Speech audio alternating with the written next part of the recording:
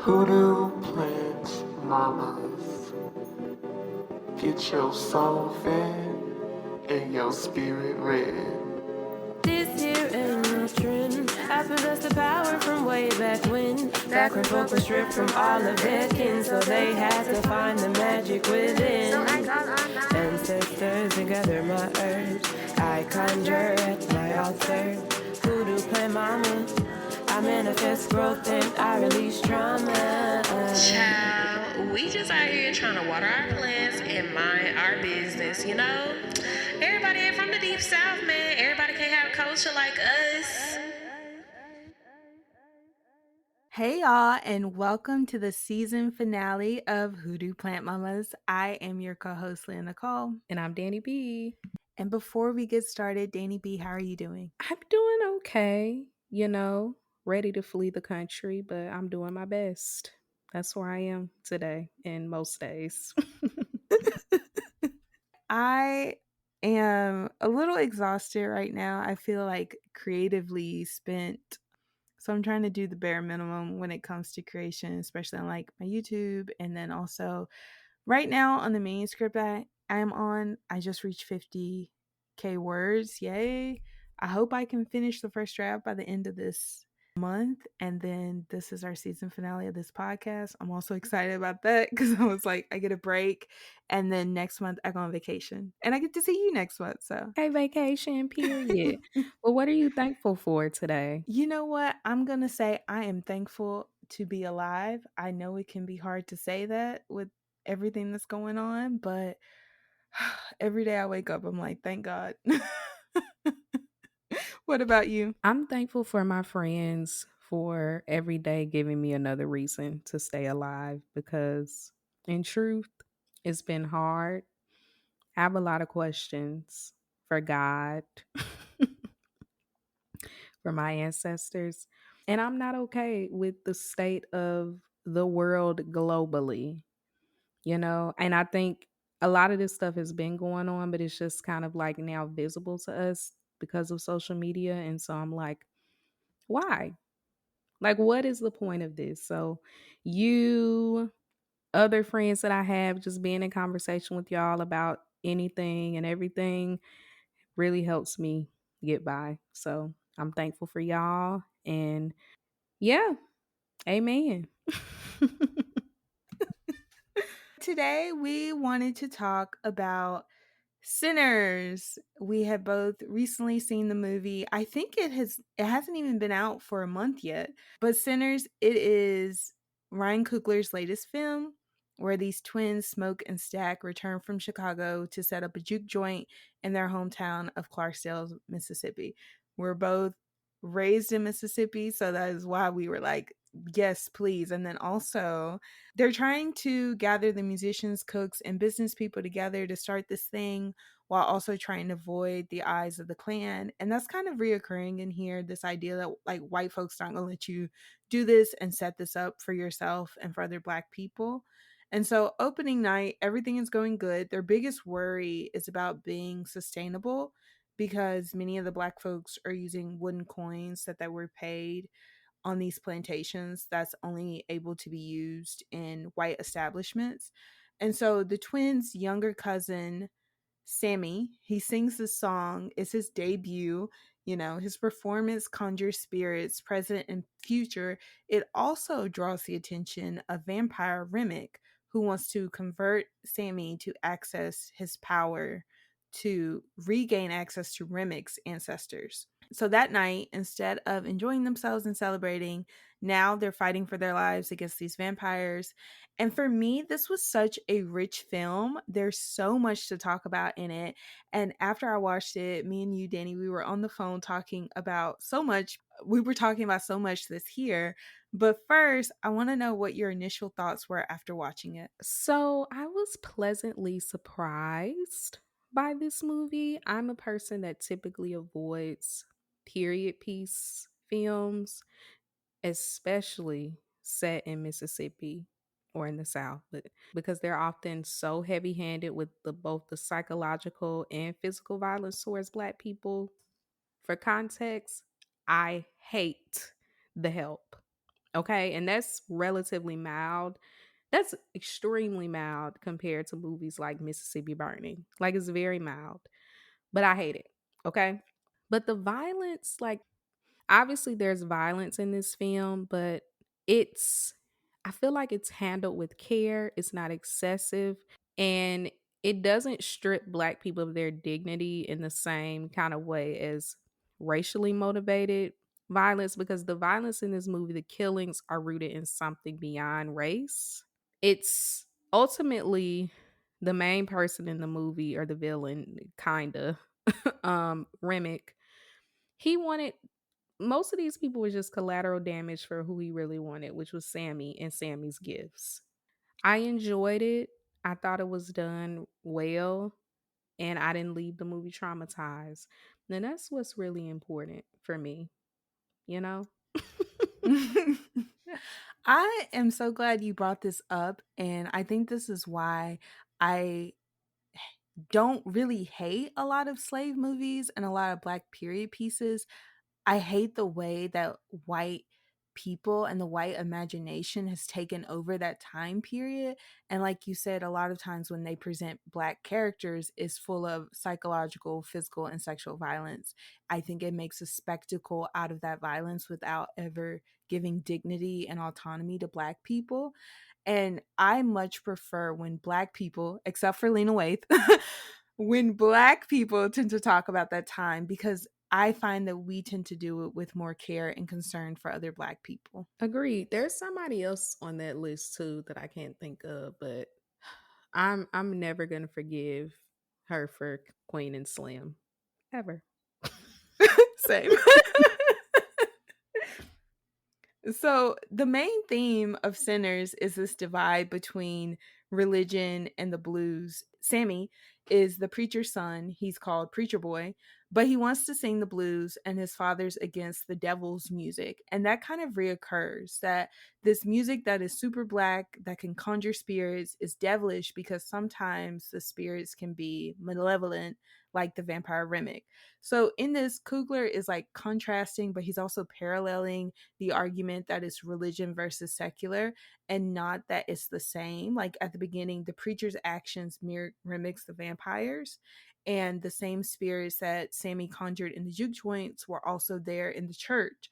Alternatively, this idea of both the preacher and Remick being false prophets, because the preachers needs tools like the Bible to draw a crowd, but Sammy doesn't. Like in the first scene where his dad's like, you need to know the book, you need to do this, but Sammy knows the book without the tool, without the Bible, right? And he can draw an audience without that. Same thing with Remick. Like Remick needs Sammy's gifts. Sammy can conjure his ancestors with his voice. Remick needs that. And so, if anything, I think this movie did a really good job of showing this division between sinner and saint is a false one, and we are all sinners. This is a really good point, and I can tell you in the theater, the credits couldn't even play good before folks started walking out. It was bizarre. I was in Atlanta also. I think they wanted a Tyler Perry ending. I think they wanted Sammy to put down the guitar, give his life to Christ, and then cue in Earth, Wind, and Fire, or whatever music they play at the end after, you know, after the fact. Because people refuse to release themselves from like this binary thinking of good versus bad, saint versus sinner. I felt more sure of my stance because I've seen videos floating around about whether or not this film was an anti-Christian propaganda. And I've also seen comments of people who fail to see the nuance in Remick's character, like the obsession with projecting Christianity onto this movie, saying he represents the devil or flat out calling him Satan. Coming into the movie indoctrinated in a particular way, I think it made it hard for people to grasp that complexity. On one hand, he's a literal vampire. Everybody, let's come to the table. This is a vampire movie. It's a vampire movie. On the other hand, he is chasing his ancestral roots because he's no freer as a vampire than he was as a human. I didn't feel that way initially. I'm not going to lie.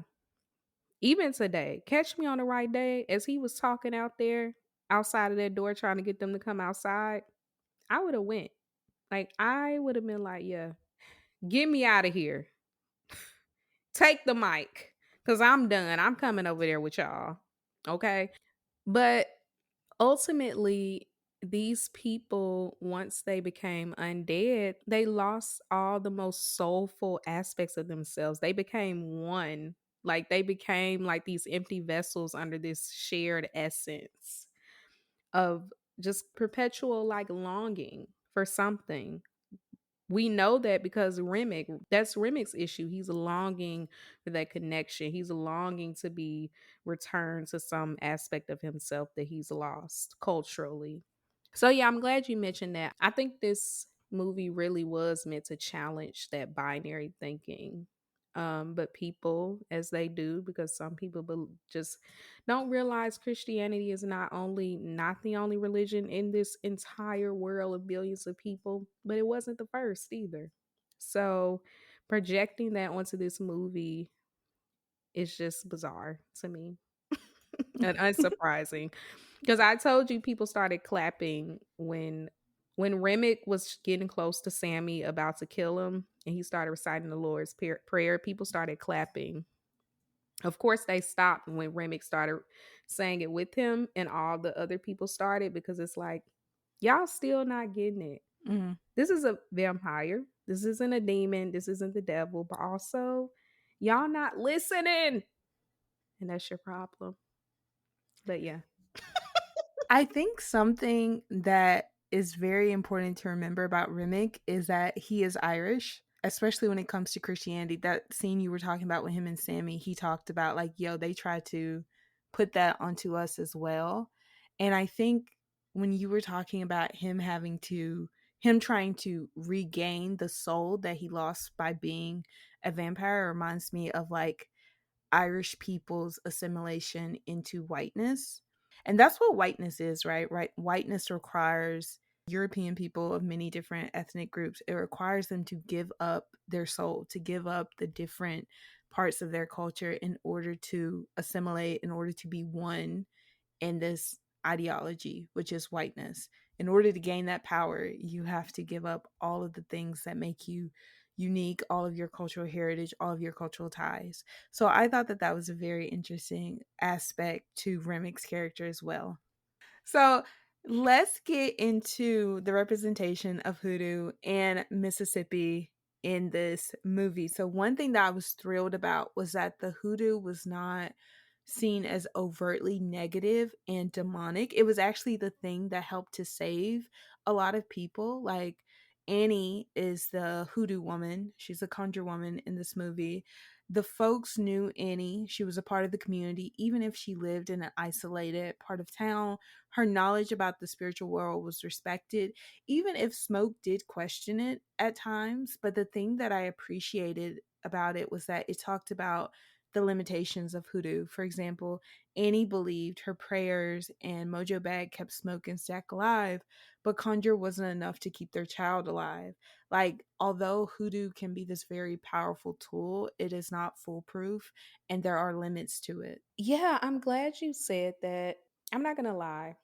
I was surprised when I finally saw the movie because I felt like people were making more of it than it was. Like, that was just Annie's way of life. And Annie is so many people that I know of in Mississippi, and so many people I've learned about as an adult in Mississippi. Some are publicly practicing, some are privately practicing. You know, folks you never imagine. They don't have all the bells and whistles of social media. They probably don't even explicitly call themselves hoodoo, but they work roots and read cards for folks in the community. But Annie is the epitome of what hoodoo has always been, which is rooted in that spirit and community. The scene of the little girl coming to get high John from her to take back to her mother, I think it foreshadows Annie's role as a healer, as a voice of wisdom. I know people have issues with Annie being sacrificed. There is room for that critique, all right? I don't really like to see the strong black woman get sacrificed in the film either, but she's an important part of the community. And unfortunately, especially during that time period, Annie does represent a lot of black women who gave their literal lives, literally and metaphorically, to keep their community alive with everything working against them. We can recognize something being problematic, but also recognize that sometimes people are obsessed with proving they're not a stereotype. It's almost like you trying to prove to white people that you're worthy. Annie is who a lot of our grandmothers and aunties were, are. Okay. They would lay down their life for community. They would read the cards, read the elements, whatever they're reading, and see, I'm going to die tonight saving my people, and I'm going to still make that choice. Annie wasn't just the strong black woman mammy that people keep trying to project on her. She was a lover. She was loved by her man, and her community. She was sexy. Like, she was so many things, but she was also strong as hell, wise as hell, God fearing, rooted in community. And like you said, she was the reason a lot of people survived as long as they did. She's the reason why Sammy and Smoke, at the very least, made it out.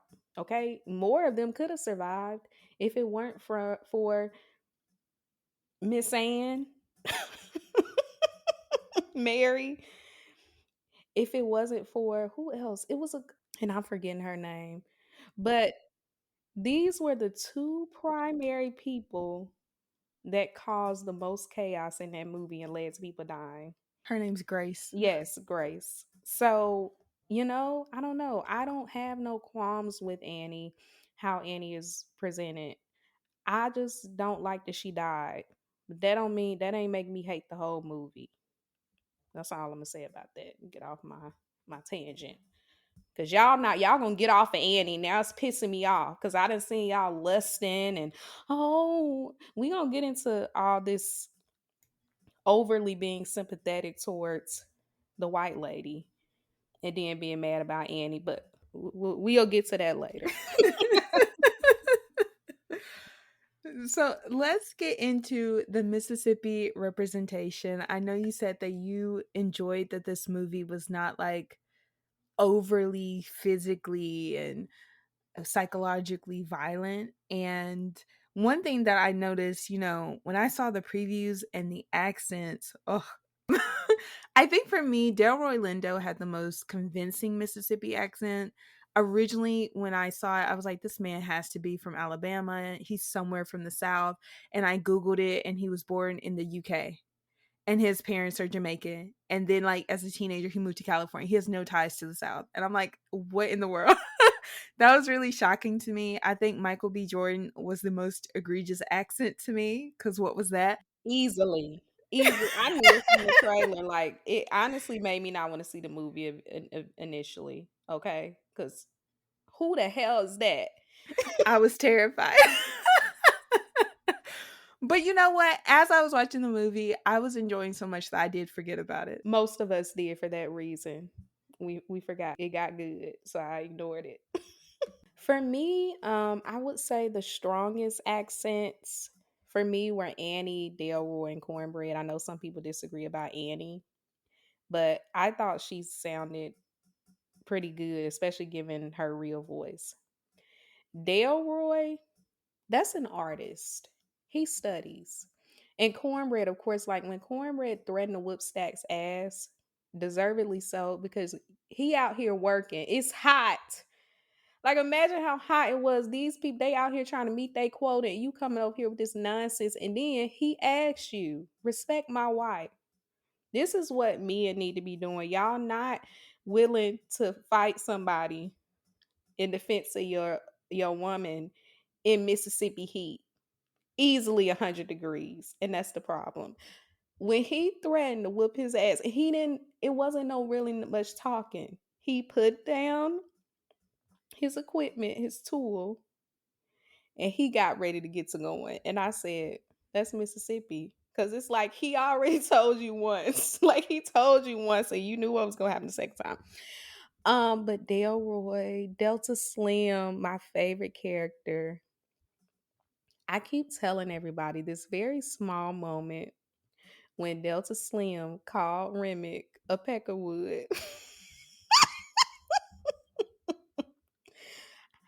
I was transported. I ain't never heard nobody outside of Mississippi say that. I had an uncle who said it all the time. One of my friends, who's from Louisiana, her grandfather was Native American. She said that she recalls her grandfather using that term, which tracks for Louisiana. But yeah, I had never heard that, and when he said that, it was such a small moment. A lot of people probably didn't even notice. I said, he studies. He's an artist. He's an artist. And y'all need to give him his stuff. He should have already been on the list. Whatever Oscars y'all deciding on, if his name not on there, I don't really want to hear nothing else about it. Okay? He knows what he's doing and it shows. So I love that, especially because he ain't got no roots. You could have fooled me. You could have fooled me. So yeah, I'm gonna have to give it to, out of the three, I said Annie, Delroy, and Cornbread. I feel like Delroy and Cornbread were the ones for me that felt very, very Mississippi. Yes. I feel like with this movie being set in Mississippi in the 1930s, there were so many decisions that Coogler made that I really appreciated as a Mississippi.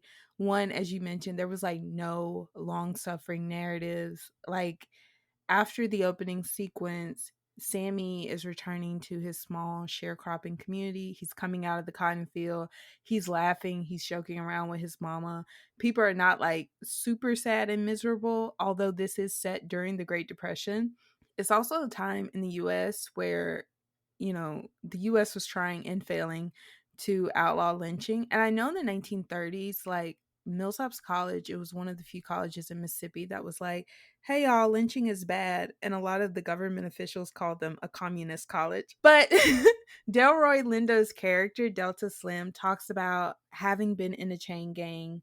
He got out to make music for white folks. And while he drank his money away, his buddy saved it to leave Mississippi. And the Klan got to him, robbed him, accused him of stealing and raping, and then lynched him right there at the train station. And so Delta Slim kind of came to the conclusion that what he did, working just enough to drink, doing nothing else, was the safest option because it kept him alive. I appreciate him showing like this individual instance of racism, because what I've noticed growing up in Mississippi is that a lot of racism is institutional. I remember when I got to college and the Black people that I went to K through 12 with were like, yeah, we didn't really experience racism until we left our small town. Meanwhile, they had like shortened their names because our white teachers and peers were like, your name's too hard for me. And their name was literally phonetic, like you could sound it out. But a lot of the racism that I experienced was due to me being like an overachieving Black person. And I've learned in recent years that that was what caused a lot of white anger and hysteria. That's a lot of why Ida B. Wells started her lynching activism, because her best friend had a very successful grocery store and he was making more money than white people, so they killed him. And that is the same for Delta Slim's buddy, who was saving up all this money to leave, and he was doing better than white people, so they killed him. And I think another instance of like this institutional racism is also like in small towns where you'll see the same names on the buildings and the factories and the car dealerships. And if you look on a census 200 years ago, it's that same last name that owned like all these people that had the largest plantations. And so it's like that money is still around us and is still very apparent.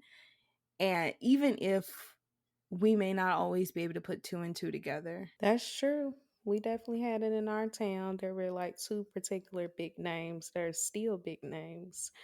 Yeah, I resonate with everything you said. For me, the best scene in the movie easily was Delta Slim telling that story, but especially right before standing up and yelling at the chain gang and telling them to hold your heads up. Hold your heads up. I don't know why that was so heartbreaking for me.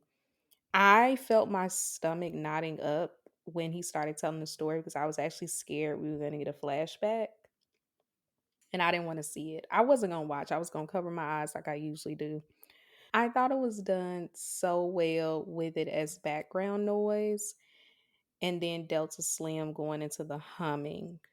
I mean, it was a haunting scene. It was beautiful. And that scene alone is why I think fuck the Oscars, right? Like who cares? But if y'all gonna be giving out awards, that scene alone is Oscar worthy for me. And so yeah, I think this was a black Mississippi story done with care.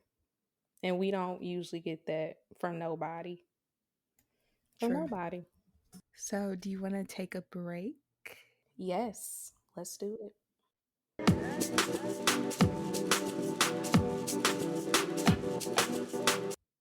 Let's get into the ways you can support the Hoodoo Plant Mamas. One is through our bookshop, where you can buy the books that we've discussed with our Writing the Spirit guests. We have a Hoodoo Beginner's Guide, Tarot, and Oracle decks, as well as our top reading picks. You can also buy Leah's books. Every purchase you make helps support our show. Check us out at bookshop.org/shop/Hoodoo Plant Mamas, or the link is in our show notes. Other ways you can support us include rating and reviewing this podcast on Spotify and Apple Podcasts. Follow us on Instagram at Hoodoo Plant Mamas. We are no longer on the Bird app. Check out our Patreon, where we share exclusive video, plant, and spiritual content for only $3 a month. Thank you to our new patrons, Latavia, Andrea, and Christina. If you prefer a one-time donation, you can donate via Cash App, hashtag Hoodoo Plant Mamas, or our PayPal, hoodooplantmamas@gmail.com. Let's get back to the show.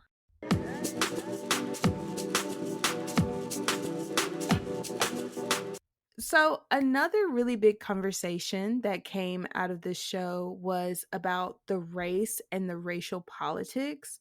I feel like a lot of people think Mississippi is filled with the Klan and slaves, even today.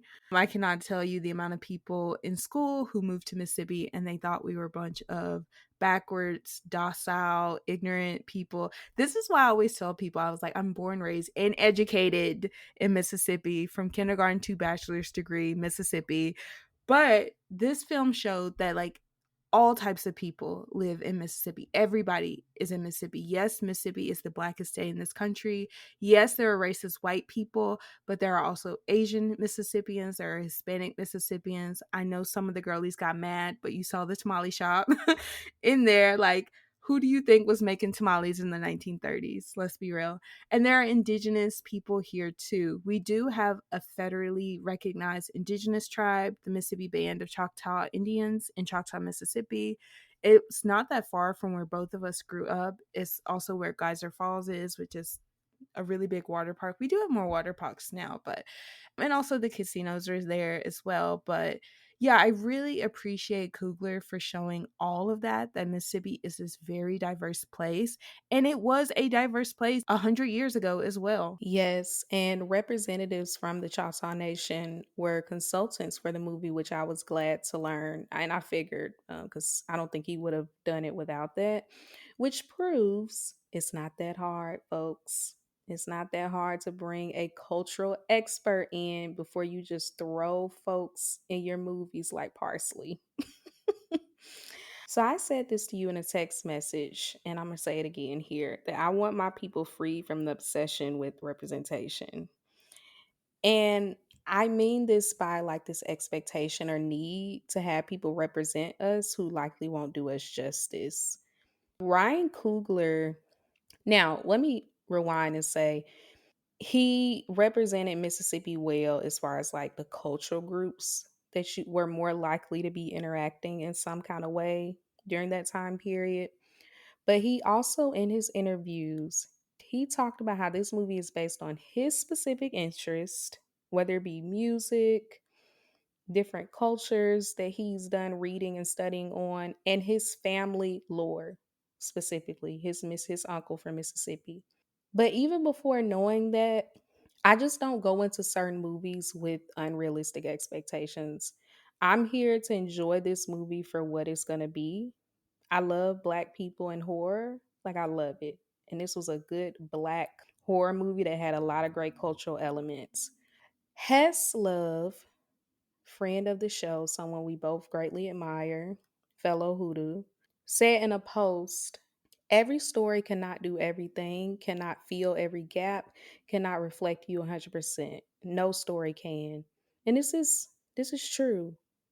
And it really put my thoughts to a much nicer way in that he couldn't do everything in this movie. I would have loved to see certain types of representation, okay? Like, but we have to stop expecting it from certain people. I'm not going to a cis het man's movie expecting to see people who represent the fullness of me. And quite frankly, I don't want to because I don't think you're going to do a good job. Okay. So, yeah, I think as far as like the racial politics, I had just been seeing a lot of discourse around that. You know how I feel that a lot of the girls, they build their platforms and businesses, emphasis on businesses, off manufactured rage, which is what social media has come into. Like, they selling you something. So they come on here with this critique. Surprise, there's no insert this group of people in the movie. And then the next post or two, they're gonna be selling you something. But that's just me. What are your thoughts?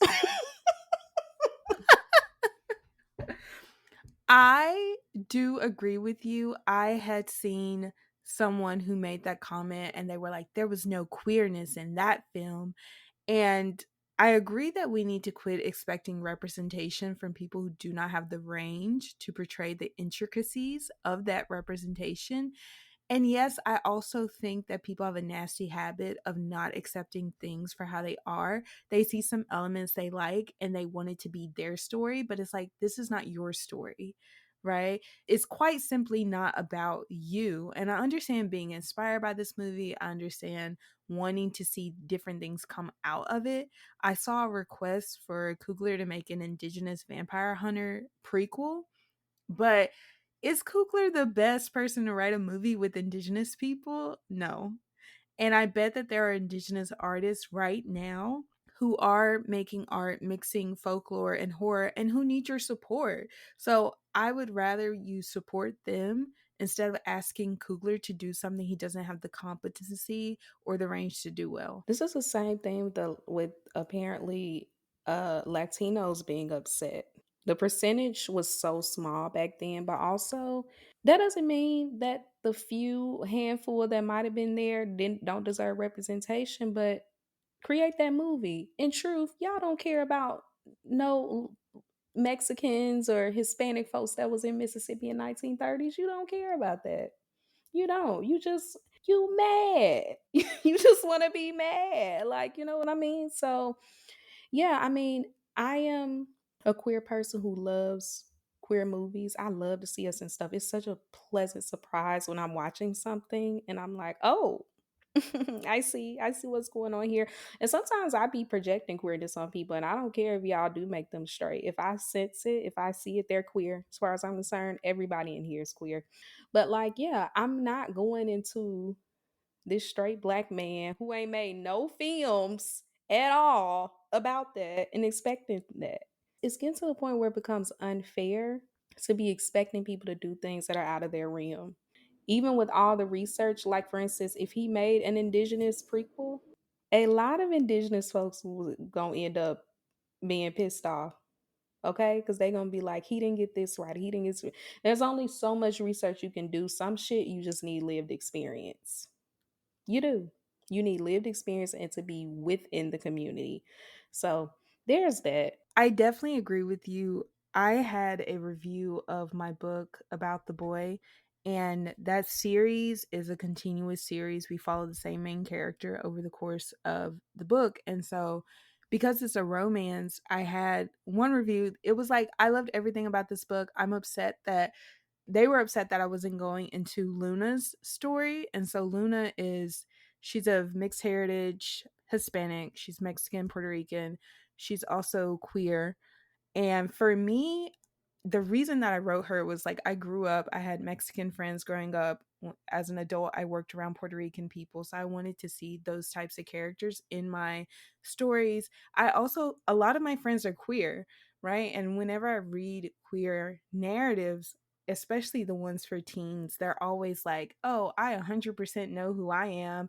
I'm gay and I'm proud and I've never once questioned anything about my sexuality. And I'm just like, that was just not something I had ever seen before. Like in real life, the girls were in their 20s panicking about being attracted to women. So I was like, I think it's okay to show kids, like, hey, it's okay if you're questioning these things around your identity. And I was only comfortable writing that from the outside looking in, because that's the only way I've experienced it, is like my friends panicking about, being bisexual. And so I just, because I respect that sort of experience, I'm not comfortable writing that from a first person point of view. I'm only comfortable writing that from that. And I think that's fine. And I think it's unreasonable to expect me to want to write that from a first person point of view. Agreed. Like, it's just some stuff. But again, support. What niggas need to be doing is demanding that they put some of this money they making off of these movies into Black Southern queer artists. You made a bunch of money off of Mississippi. Put your money where your mouth is. Like, that makes sense. But this whole, you should have put XYZ in the movie, we're just losing the plot at this point. Y'all need to log off. Okay?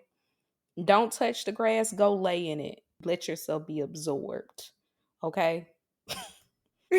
I'm just saying. You're not I lying. went forest bathing a couple of weeks ago, and I'm as depressed as I've been, I'm still feel the remnants of that. I needed it so bad, and so many folks do as well. That's all I'm saying. You're not lying. So this movie brought up a lot of conversation about the Chinese characters and what Chinese people were doing in Mississippi. So Chinese laborers came to the US during the 1800s. I think a lot, at least we were told in school, that they came to build the transcontinental railroad across the United States. And a lot of them, after the Civil War, they went south for work because former enslavers were looking for cheap labor. So it is historically accurate to have Chinese people in Mississippi. And so in this movie, the wife has a store on the white side, the husband has a store on the black side, and the daughter, she works in either store her parents want her at.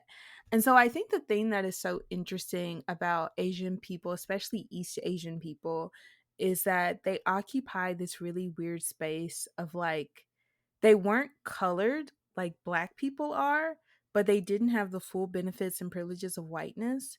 And that's really where we start to see the beginnings of the whole like model minority myth.